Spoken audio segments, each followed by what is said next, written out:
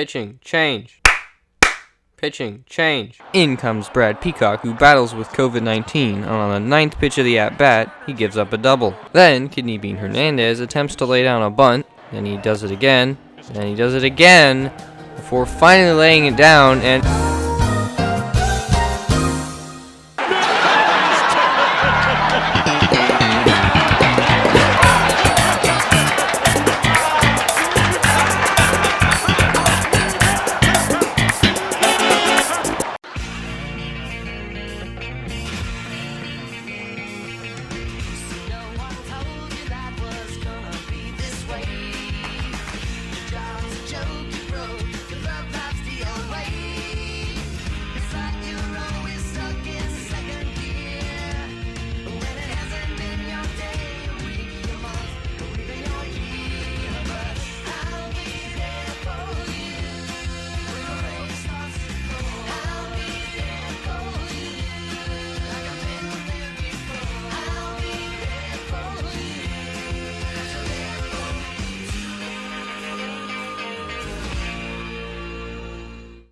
After quickly falling in an 0-2 hole, Cody Bellinger hits a liner into center that... No! That's past him and to the wall. Kike Hernandez will come all the way around. Digging for third is Bellinger. And the Dodgers are back on top. 8-7. Pain. Anyway, with a man on third and only one out, you'd expect the Dodgers to score again, right? Well, you'd be wrong, as Logan Forsythe strikes out looking, and on the first pitch to Puig, he flies out to Marwin Gonzalez. 7th inning stretch time. Pitching, change. Pitching, change. Does this bit annoy you at all? Because it kind of annoys me. Anyway, here comes Brandon Morrow, who has pitched in every single World Series game so far, which could be problematic, considering the workload he's already put out.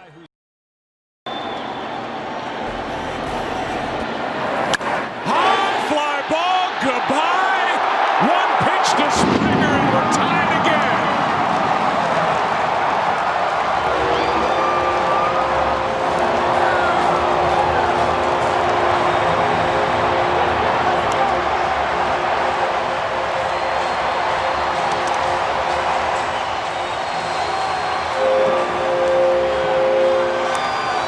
Consider yourself redeemed, George. Anyway, Lance Bregman punches a single straight up the middle. A failed pickoff attempt immediately gives way to an Altuve double that scores Bregman and just piles it on Morrow at this point. Digging for third, Bregman. They bring him home. The throw. Late. Astros lead 9-8. To make things even worse for Morrow, somehow, his next pitch is in the dirt, which sends Altuve to third. And because the universe truly hates him, Morrow on his next pitch does this. He lifts it into left, down the line, at the wall. Goodbye!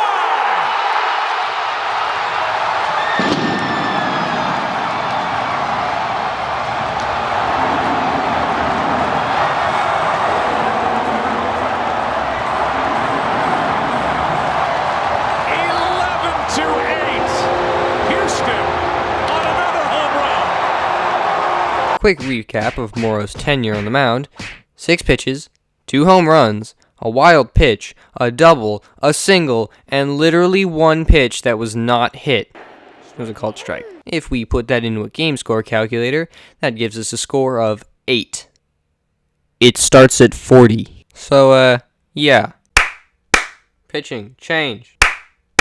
Pitching, change. In comes Tony, not going to try to pronounce that, but he gets Gurriel to strike out, which already gives him more success than Morrow. Anyway, old Cinnabon here throws at Reddick for ball 1, and then strikes Reddick out on the next pitch. Then a liner into right field by Evan Gattis is easily corralled by Yasiel Puig. Peacock just misses this third strike, which gives Austin Barnes a full count. But then Peacock strikes out another Dodger who cannot believe the strike call. But Peterson hits a high fly ball back at the wall, but it doesn't get out. And what maybe could have been a triple is only a double. And Peterson, who was watching it, is into second with a one-out double. On the second pitch to Taylor, Peacock beans him right in the ribs. Pitching, change. Pitching change. Here comes Will Taylor to replace Brad Peacock, who, on the first pitch to Corey Seager, gives up a double that scores Jock Peterson and puts Taylor on third. Digging for third and stopping is Taylor, and it's an 11-9 game. On a 1-1 count, Harris gets COVID-19 to fly out to Reddick, but Chris Taylor, for some reason, changes his mind and stays at third base instead of tagging up and probably scoring. Pitching change. Pitching change. In comes Chris Davinsky to deal with Andre Ethier, who's pinch hitting for Kit Kat Hernandez. What's that? You were saying no? I was saying gotta go, but I think it would have been out with that throw, honestly. I thought you were saying no. Wait, what? Taylor, that is 100% on you. But it's okay, as Ethier grounds out to Gurriel, and the inning and very big threat are over. Ethier grounds to first. Gurriel to the bag. Inning over. Substitutions include Ethier into left field, Taylor going to second base, Jock Peterson sliding over to center. Ethier is immediately tested with a line drive by Gonzalez, but he corrals it for out number 1. And up to bat comes old Brian McCann, who I will mention for no specific reason hasn't hit a postseason home run since he took Madison Bumgarner deep in the 2010 NLDS. I only say this so that you can be just as surprised as most everyone else when he does this. Who's the pitcher of record for the Dodgers? Here's one into right.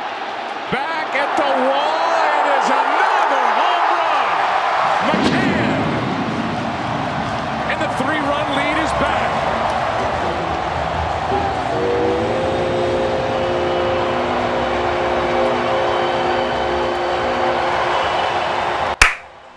Pitching change.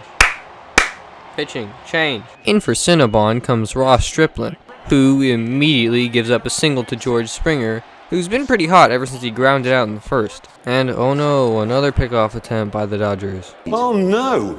Anyway, last week... And then, unfortunately, Lance Bregman grounds into a double play. To third. Out at second and out at first. How about Chris Taylor with his versatility? The rules say take on a 3-0 count, and Bellinger does just that, for maybe strike 1. But he walks anyway, so it's fine. It's okay, the Astros can just get a double play right here. Come on. Yes! Strikeout's fine. Now the double play. That is hooked down into the corner at the wall. It's gone. It is a 1-run game. 2-run home run by Yasiel Puig. Astros still leading as Barnes hits a single. Wait, he's going for it. He's going to try. The throw. He is safe with a double. Wait, Davinsky's still in the game? Oh no. Then Carlos Correa throws out Jock Peterson, who sacrifices himself and puts Barnes on third. Low but out. Over to third is Barnes. 2 out. Yes! That's what I'm talking about. Strike 2. Come on, Davinsky. One more strike. Taylor ties it. 12-12.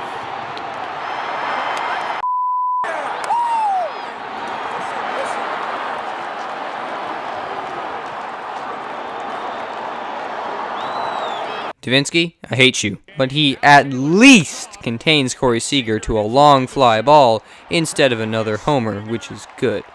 To the bottom of the 9th we go. Pitching change. Pitching change. Here comes Kenley Jansen, who's a very good pitcher. So good, in fact, he's 41 of 42 in save opportunities this year, while being 4 or 5 in the postseason. Altuve do. Altuve has just sent the Astros to the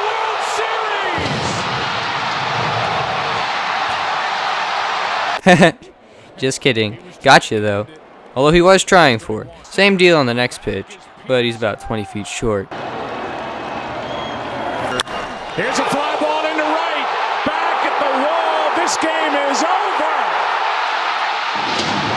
over. Okay, last one, I swear.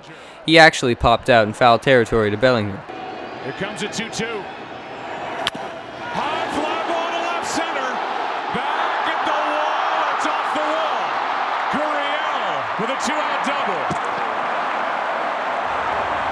Whew! Oh my gosh, that gave me a heart attack. But because Gurriel isn't the fastest player on the team, A.J. Hinch substitutes in Cameron Maybin while the Dodgers are conferencing whether to intentionally walk Reddick or not. They don't, and he pops out to Ethier to send us into extra innings. Reddick skies one into left center field. Ethier sends this game into the 10th. Pitching change. Pitching change. Davinsky, deservedly so, is out, and in his place is Joe Musgrove. Marwin Gonzalez is on first. Reddick swaps the corners of the outfield. Maybin goes to center, and Springer gets pushed over to right. Got all that? Good, because COVID-19 lines out rather quickly to Reddick in right field, and on a 2-0 count, Ethier hits the ball into the shift and gets on with a single. The Dodgers seem to be anxious in this innings. They keep swinging at the first pitch, and they keep lining it to Astros outfielders. Then Forsythe grounds into a fielder's choice, and Whoa, that was unnecessary. Kick him out. Get him out, Ethier says, my bad. Nothing comes of it. to start off the bottom half of the inning, Evan Gattis grounds out to third base. To the left side. Forsythe, one away. Then Kenley Jansen nearly hits Gonzalez, perhaps as payback for the game-tying homer Marwin hit off of him in Game 2. Back at the wall, it is gone! Tie game in the 9th, Marwin Gonzalez. However, Gonzalez attempts the worst swing I've ever seen for out number 2. Then Jansen nearly hits McCann on pitch 1. McCann responds by...